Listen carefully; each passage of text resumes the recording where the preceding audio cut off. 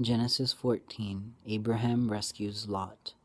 At this time, Amphirel king of Shinar, Eroch king of Elasar, and Kedorlaomer king of Elam, and Tidal king of Gihom went to war against Bera king of Sodom, Birsha king of Gomorrah, Shebab and king of Admah, Sember king of Zebam, and the king of Bela, that is Zor.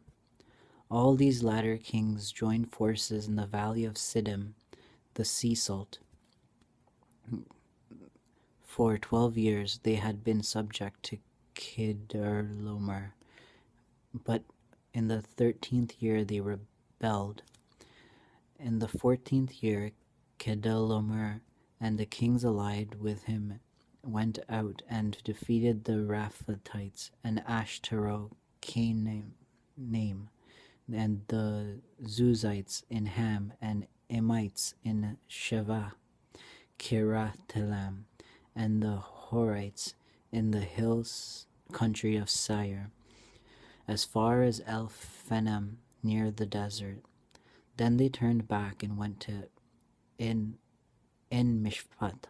that is Kadesh, and they conquered the whole territory of the Amalekites, as well as the Amorites, who were living in Hazan Tamar.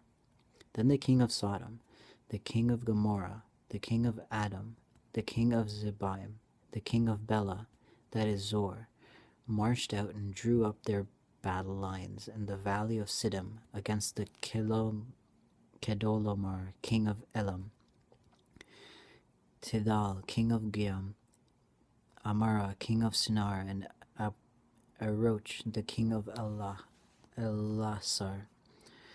4 kings against 5. Now the valley of Siddim was full of tar pits, and when the kings of Sodom and Gomorrah fled, some of the fell into them, and the rest fled to the hills.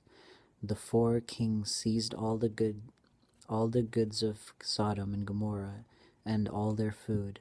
Then they went away. They also carried off Abram's nephew Lot and his possessions, since he was living in Sodom.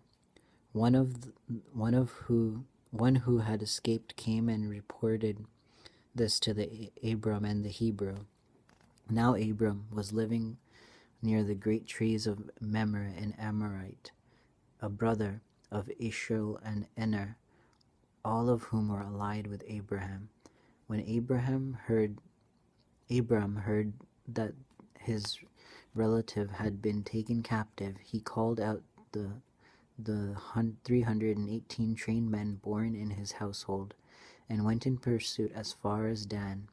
During the night Abram divided his men to attack them, and he routed them, pursuing them as far as Hebah, north of Damascus. He covered all the goods and brought back the relative lot of his possessions, together the women and the people. After Abraham returned from defeating Kedorlaomer and the kings allied with him, the king of Sodom came out to meet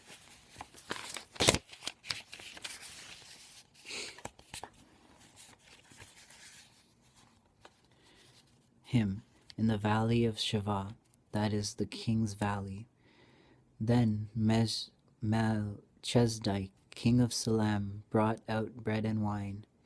He was priest of God Most High, and he blessed Abram, saying, Blessed be Abram by God Most High, creator of heaven and earth, and blessed be God Most High, who delivered your enemies into your hand. Then Abraham gave him 10th of everything. The king of Sodom said to Abram, Give me the people and keep the goods for yourself. But Abram said to the king of Sodom, I have raised my hand to the Lord, God Most High, creator of heavens and earth, and have taken an oath that I will accept nothing belonging to you, not even a thread of the thong of your sandal, so that you will never be able to say, I made Abraham rich. I will accept nothing but what my men have eaten, and share that belonging that belongs to the men who went with me to enter Esochel and Memra. Let them have their share.